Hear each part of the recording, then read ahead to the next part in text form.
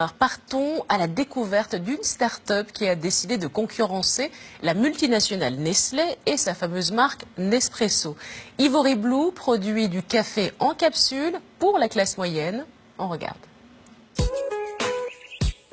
À plus de 500 km d'Abidjan, la région des montagnes de Côte d'Ivoire. 600 mètres d'altitude, un climat tropical et beaucoup de soleil. Des conditions optimales pour le café, mais ici on cultive un grain unique au monde, l'Arabusta. Un croisement entre le Robusta et l'Arabica. Félix s'est lancé dans la production de ce café il y a plus de 40 ans. J'ai planté ça depuis en 75. Bon, ici là c'est en 77. André Bro-Mensa est ivoirien. Il vient de se lancer dans la transformation de café. Et pour lui, pas question de passer à côté de ces grains si particuliers. C'est quand même un café unique en fait, on n'en trouve qu'ici, c'est ça? Ouais, on n'en trouve qu'ici, nulle part ailleurs dans le monde. C'est pas mal quand même. Si ce grain est si précieux, c'est qu'il allie la force du Robusta et la saveur de l'Arabica. Et c'est justement pour cette raison que André Bro-Mensa a fait le déplacement depuis Abidjan. Cet homme d'affaires vient vérifier que sa dernière commande sera bien honorée. Tout ça, là, c'est des grains en fait. C'est des grains, voilà. Donc c'est bon signe en fait. Ce café pas comme les autres a été créé dans les années 70 par des chercheurs dans le laboratoire ivoirien. Des plans hybrides qui permettent à Félix de mieux gagner sa vie. Ça se vend mieux Plus cher, 1 kilo à 1500. au lieu de... Au lieu de 750 francs, comme on revit ça. Un café plus cher car plus rare. Le businessman est justement à la recherche de ces grains pour un produit haut de gamme. Après avoir fait le tour des plantations, il rejoint le village dans la vallée. L'homme d'affaires tient à s'assurer que les villageois prennent soin de cet or brun, et en particulier lors du tri. C'est le produit final qui va partir à la torréfaction.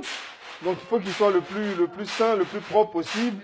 C'est vraiment une étape cruciale parce que là on a un café d'excellente qualité. Reste ensuite à décortiquer les grains. Un processus de longue haleine pour ces villageois, et pour lequel André Bro-Mensa est prêt à mettre le prix. L'année prochaine, si c'est le café est bon, on va acheter à 1000 francs. Inch'Allah. Là, vous avez acheté à combien? 850. Le prix c'est 750 normalement. On achète à 850. Après une période de crise, la Côte d'Ivoire reprend progressivement sa place de troisième producteur de café en Afrique, avec 130 000 tonnes l'année dernière. Mais la plupart des grains sont exportés et transformés en Europe et aux États-Unis. André Bro-Mensa y voit une opportunité économique. J'aime beaucoup le café et je trouvais dommage en fait qu'on ne transforme pas les produits que nous produisons donc en Côte d'Ivoire. Et mon idée en fait c'était d'aller un peu plus loin en termes de transformation et de pouvoir avoir du café en capsule. C'était beaucoup plus simple, beaucoup plus pratique de consommer le café sous cette forme. Et donc pourquoi pas un café de Côte d'Ivoire en capsule. À 49 ans, cet Ivoirien a donc décidé de concurrencer les géants internationaux du café en capsule. Ceci est beaucoup plus qu'un café. Comme Lavazza, Carte Noire et surtout le leader mondial Nespresso. What else? Mais le créneau qu'il a choisi, c'est le Made in Côte d'Ivoire. À 30 km au nord d'Abidjan, il a lancé il y a 10 mois la première usine d'encapsulage de café du pays. Avant d'être mis en capsule, les grains sont d'abord torréfiés, puis moulus, en suivant un processus mis en place par André. On a une dizaine de recettes différentes. Alors la recette d'aujourd'hui c'est un Arabusta spécial. En fait c'est une recette spéciale café moulu. C'est en fait le café moulu qu'on commercialise dans notre boutique. L'usine peut produire jusqu'à 120 kg par heure. Mais avant d'être torréfacteur, il y a encore un an, André Bro-Mensa était ingénieur informatique pour les télécoms. En quelques mois, il a dû apprivoiser un nouveau langage. Ouais, mais là on a un bon taux d'humidité aujourd'hui. À mon avis, en température point bas, on devrait être à 130. Vous y connaissiez avant en torréfaction? Alors pas du tout. Ni lui, ni moi d'ailleurs. Ni aucun d'entre nous. Voilà, on ne s'y connaissait pas du tout. Mais moi, j'ai suivi une formation de torréfacteur, donc chez le fournisseur de cet équipement. Et puis après, je lui ai transmis un tout petit peu de mon savoir-faire. Et on a fait des recettes ensemble. On a pas mal brûlé de café pour y arriver. Bon, maintenant, on sait à peu près de quoi on parle. Mais s'il maîtrise aujourd'hui la fabrication du café moulu, les capsules, elles, sont beaucoup plus compliquées à produire. Ce jour-là, la machine est en réparation. En fait, on termine le réglage parce qu'on avait eu une pièce défectueuse. Et là, on est en train de procéder à des réglages, à des ajustements en fait. Après remise en route, le patron teste son café et il est satisfait du résultat. Et là, ça remonte mieux là. Donc ça fait que ce que les Italiens appellent la crema est meilleure en fait et tient plus longtemps. On le fait spécialement, on le fait exprès dans des verres comme ça qui ne sont pas du tout adaptés au café pour bien les remuer, pour voir si ça tient ou pas. Pour produire ce café dans les règles de l'art, André a investi près de 655 millions de francs CFA dans cette usine. Une somme que les banques ont refusé de lui prêter. C'est assez difficile parce qu'on est en fonds propres, on est obligé de faire attention à tout et on pourrait aller beaucoup plus vite en développement, mais on va doucement. Maintenant, il va falloir transformer l'essai. Transformer l'essai, c'est vendre. Vendre en Côte d'Ivoire, c'est le challenge dans lequel s'est lancé cet entrepreneur. Car le paradoxe du pays, c'est que les Ivoiriens produisent et exportent bien du café, mais celui qu'ils consomment est généralement importé. C'est à Abidjan, dans le quartier d'affaires du Plateau, qu'André a installé sa nouvelle boutique. Il fait le pari de l'expresso local, chic et branché.